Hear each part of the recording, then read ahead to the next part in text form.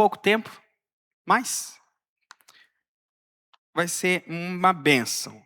O tema de hoje é origem do pecado. Rapidamente eu quero falar com vocês sobre a origem do pecado. Essa semana iniciamos um novo estudo que é a doutrina bíblica do pecado. Então vamos falar sobre pecado, irmãos. E para começar, nós vamos falar sobre a origem dele. Por incrível que pareça, a origem do pecado não é na terra, é no céu.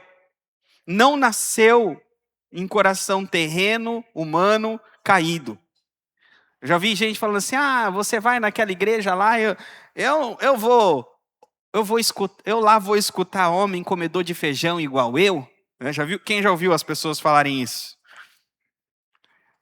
Porque elas falam assim que o homem não é nada, o homem não vale nada. Mas a Bíblia diz que antes do homem, os anjos já caíram, já pecaram. E a Bíblia diz que o anjo que aconteceu isso, ele ainda era um querubim da guarda, ungido, separado. Ele era glorioso. Então, a origem foi entre os anjos. O primeiro texto que eu quero colocar para os irmãos verem é Isaías 14, versículo 12 a 15.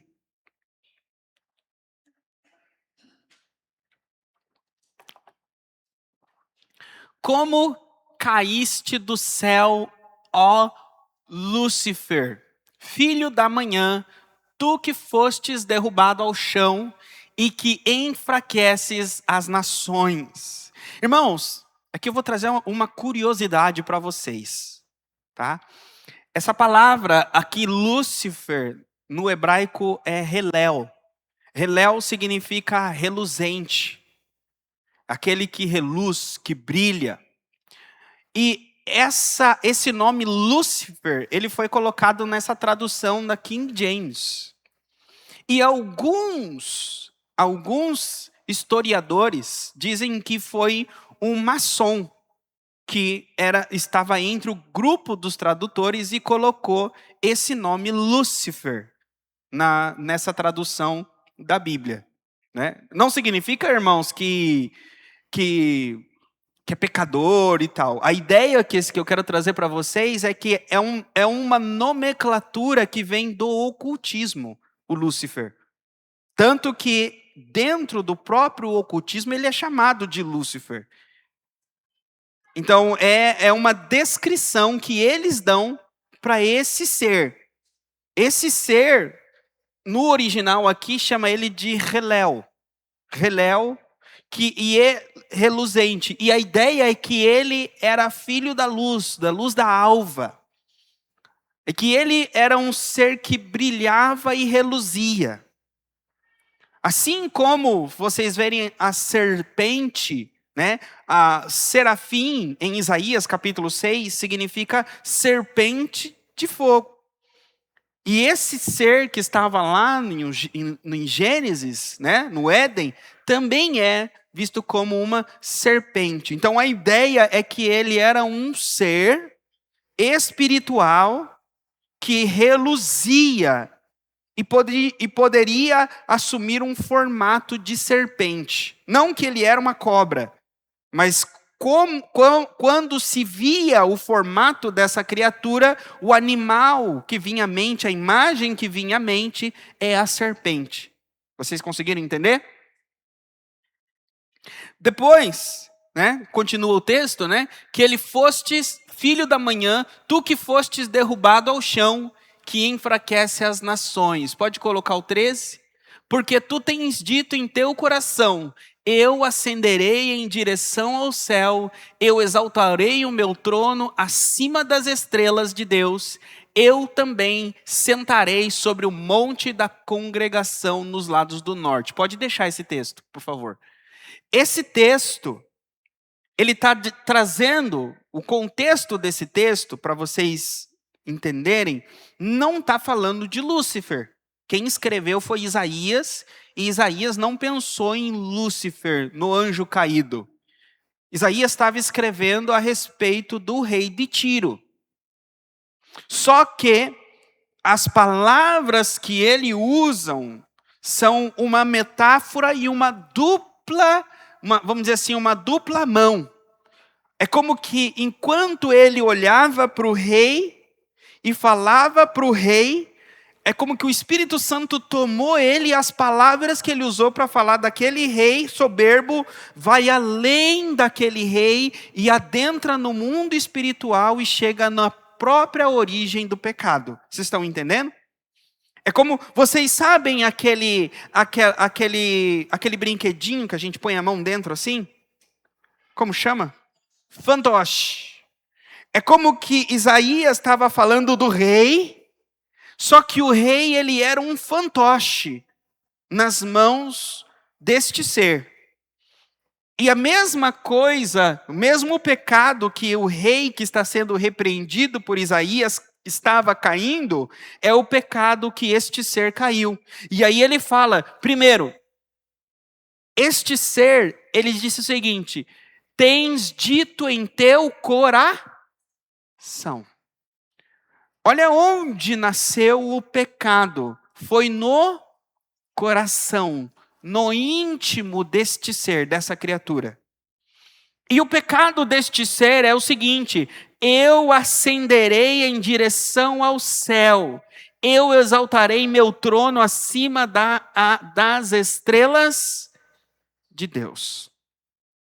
A ideia aqui é que este ser tinha um trono. Ele era um ser que governava, que reinava.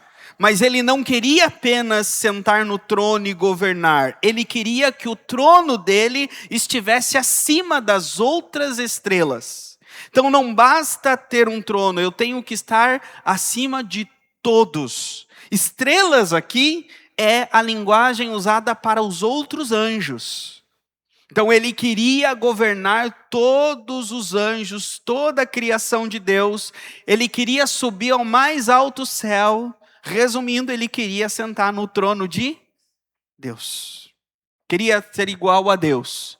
Então, eu também sentarei sobre o monte da congregação, nos lados do norte. O trono de Deus. Pode passar? Eu ascenderei acima nas alturas das nuvens e serei semelhante ao Altíssimo. Pode passar? Contudo, tu serás derrubado ao inferno, para os lados do abismo. E aí o profeta, a voz de Deus vem e fala assim: você quer se ascender, você quer subir, mas o contrário, você será derrubado, você será humilhado. Aquele que exalta a si mesmo, Deus humilha. Mas aquele que se humilha debaixo da mão poderosa de Deus, esse Deus exalta. Então, esse ser, o primeiro pecado foi o pecado do orgulho, da soberba. O próprio Timóteo, ele vai falar em 1 Timóteo capítulo 3, versículo 6, que quando um pastor for escolher pastores para ajudá-lo, para auxiliá-lo, ele não deve escolher pastores que são neófitos. Talvez vocês não conheçam, nunca tenham ouvido falar essa palavra, mas neófito é novo na fé. É sem experiência e sem maturidade. A minha interpretação, eu não vejo neófito apenas com tempo de crente. Tem pessoas que têm 30 anos de crente e é neófito. Não lê Bíblia, não conhece Bíblia, não ora, tem atitudes não crente no linguajar, no falar, no agir. Tem 30 anos de igreja e é neófito. Compensação, tem outros que talvez chegaram na igreja há menos tempo, 3 anos, 5 anos, e já são pessoas maduras, que realmente foram transformadas de dentro para fora. Elas chegaram de um jeito e agora, 5 anos depois, 6 anos depois, 7 anos depois, estão de outro jeito, realmente amadureceram. Portanto, elas não são consideradas neófitas porque têm menos tempo na igreja do que quem tem mais tempo. Neófito, então, vem de maturidade cristã, de não ser mais um bebê espiritual. Porque a Bíblia dá estágios da nossa vida cristã. Será que se você fosse, né, agora falar com o Espírito Santo, quantos anos de maturidade na fé o Espírito Santo ia dar para você hoje? Você já seria considerado maior? Você já pode, será, sentar no banco da frente do carro do Senhor? Ou será que não? Mas é isso que está dizendo aqui. Agora, qual é uma das características do neófito? É que diz aqui que não separe um pastor neófito, porque ele pode cair no mesmo erro que Satanás caiu. E ele fala assim: incorra na condenação do diabo. E a palavra usada é soberba, ensoberbecer.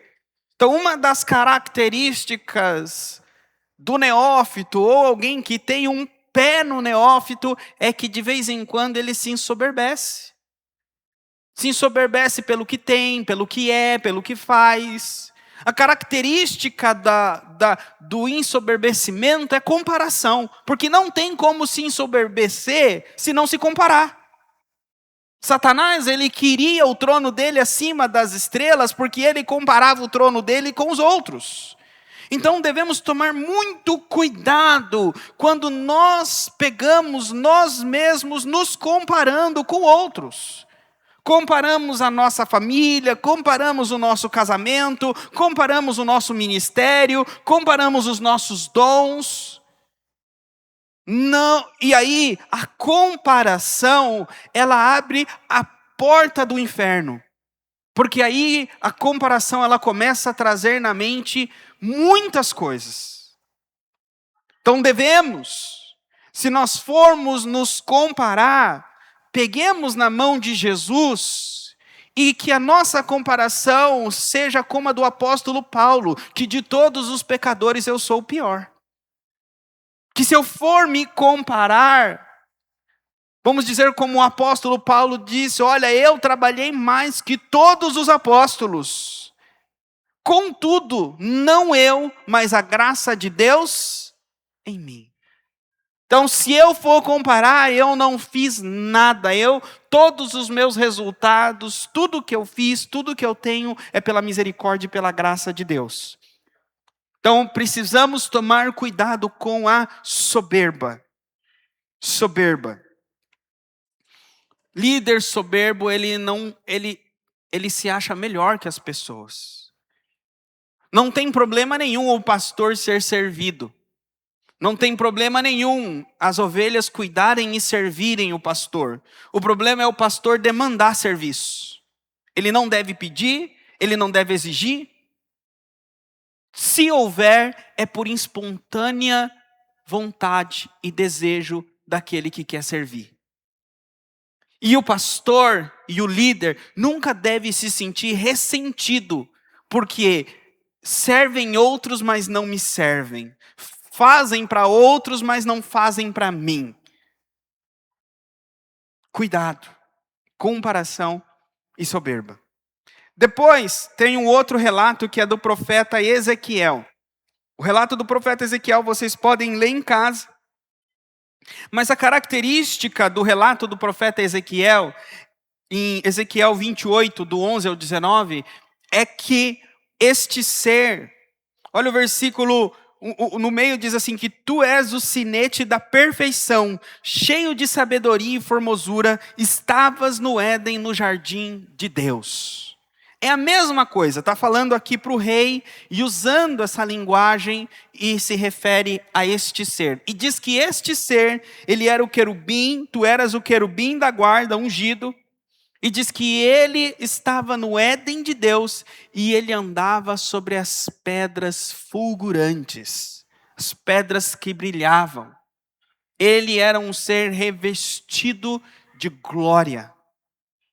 A Bíblia diz, né, que dos lírios do campo, observem os lírios do campo, e aí compara os lírios do campo com Salomão, que nem Salomão em toda a sua glória se vestiu como um deles. Mas aqui nós temos um ser que tinha roupas mais gloriosas que a de Salomão. A Bíblia diz que os engastes da roupa dele eram de ouro. Era um ser que quando chegava exalava uma aura de glória, de perfeição, que deixava todos de queixo caído. por conta da graça, por conta da perfeição que Deus o criou. Mas isso subiu ao coração dele, ou desceu ao coração dele. E por esse motivo também ele foi lançado, né, abaixo, humilhado. Então, como aconteceu, depois que esse ser caiu, né, Jesus disse que viu Satanás ser lançado como um raio. Então, essa queda aconteceu antes da criação do homem. Porque quando o homem está no jardim, aparece esse ser, a serpente no jardim. E o pecado que nasceu no céu, a origem desse pecado nesse ser, a ideia desse pecado é da independência. Ele quis ser independente de Deus, ele deixou de servir, de obedecer a Deus, e ele criou regras e caminhos próprios para os próprios planos. Vocês lembram mais ou menos como o filho pródigo disse para o pai: me dá a minha parte da herança, que agora eu quero viver do meu jeito. Eu quero decidir da minha forma. Sabe aquilo, meu dinheiro, minhas regras, meu corpo, minhas regras, minha família, minhas regras. A gente diz, tudo aquilo que é meu, minhas regras. E nós vemos aqui a Bíblia que esse negócio de minhas regras não combina muito bem com aqueles que vivem debaixo da lei e da vontade de Deus. É mais ou menos assim, meu dinheiro, as regras de Deus, meu corpo, as regras de Deus, meu casamento, as regras de Deus, tudo que é meu, as regras de Deus. É mais ou menos, essa é a linguagem cristã da coisa. Só que Satanás, ele quis ir por minhas regras, porque eu tenho o meu trono, eu tenho os meus sonhos, eu tenho meus planos. E aí ele criou um caminho de orgulho, de soberba, fora da vontade de Deus. E essa atitude dele gerou um afastamento e uma separação. Ele foi lançado fora.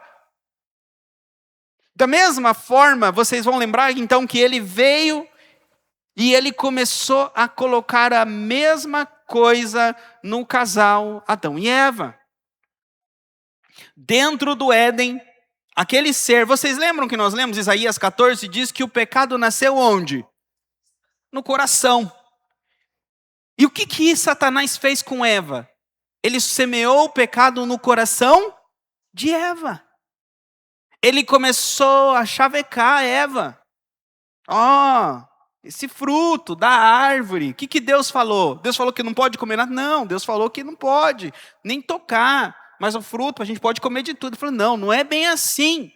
Ou seja, ele começou a encher a bola do fruto. Né? Ele fez marketing, queridos. Primeiro o curso de marketing estava lá, no Éden. Ele fez Eva comprar na Shopee, ali na hora, no desespero.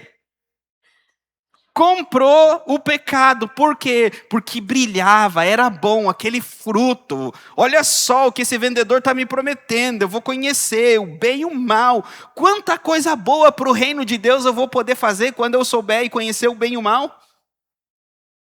Eu vou ser como Deus, eu vou expandir o reino, que é uma beleza, eu vou ser como Deus. A gente pega o resultado, aquilo que o pecado oferece, e fala assim, não, eu vou usar para o reino de Deus, e justificamos as nossas atitudes pecaminosas.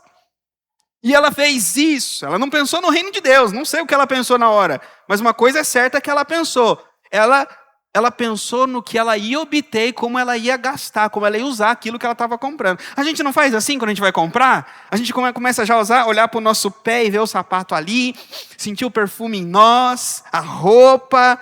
A gente já começa a usufruir na mente aquele bem que a gente está vendo e vai comprar, não é? Assim também fez Eva, ela já começou a usufruir na mente dos resultados de comer aquele fruto. E aí Satanás, através disso, conseguiu, ela ofereceu ao homem, e o homem e a mulher, eles caíram no mesmo pecado que Satanás. É como que Satanás replicou. E aí a Bíblia diz que esse ser, ele foi homicida desde o princípio. Primeiro, vocês vão ver aí na revista, ele diz que Satanás, ele matou Adão e Eva. Através da tentação, ele introduziu a morte nos dois. Por isso que a Bíblia chama ele de homicida. A gente sempre pensa que Satanás tirando a vida, né? Ele não só tira a vida, mas ele cria armas, contextos. Quem tira a vida é o raivoso e o vingador, mas ele prepara tudo para criar a vingança, o ressentimento, o ódio e a amargura. Ele dá o combustível e a gente dá a partida e liga o carro. Mas a Bíblia chama ele de homicida. Quando fala de Caim e Abel, a Bíblia diz que Caim ele era filho do maligno. Por quê? Porque ele matou o seu irmão. E lá Deus vai falar para Caim, o mal bate à porta, cabe a você dominá-lo. A tentação, os desejos, a vontade bate à porta, mas cabe a você dominar e não ser filho do maligno. Portanto, o pecado entrou no mundo e Satanás, ele é o portador, ele é, vamos dizer assim, o governante. Aonde envolve pecado, Satanás está no meio. E eu não estou dizendo, as pessoas falam assim, pastor, então tudo é culpa do diabo, o homem coitadinho, não tem parte nenhuma. Não, o homem tem parte. Tanto que ele vai ser condenado e julgado. Mas não pode se separar o pecado do pecador e da origem do pecado. Caminham juntos. O pecado, o pecador e o pai do pecado, vamos dizer assim, caminham juntos. Então, o pecado entrou no mundo por um homem, a Bíblia diz, e por esse passou a todos os homens. Mas a Bíblia diz que o pecado entrou no mundo. E Satanás foi o portador de trazer o pecado para o nosso mundo. Então, finalizo aqui dizendo para vocês, a origem do pecado é no céu, com os anjos. E a fonte que brotou esse pecado, começo foi orgulho, soberba. E essa é a fonte de todo pecado na nossa vida. Então, todos os outros pecados que nós pecamos, vêm do nosso orgulho, da nossa soberba, do nosso egoísmo. Amém? Senhor, que a Tua palavra venha no coração da Tua igreja, dos Teus filhos, os guarde, os fortaleça, e que essa lição de hoje, Senhor, possa ficar gravada. Que eles aprendam, Senhor, sobre o pecado e não deem brecha para o inimigo, Senhor. Para aquele que trouxe o pecado para esse mundo, aquele que sopra o pecado, Senhor, nas nossas vidas. E que possamos, Senhor, vencer o inimigo pelo poder do sangue de Jesus. Amém. Amém. Queridos, gostaria de chamar aqui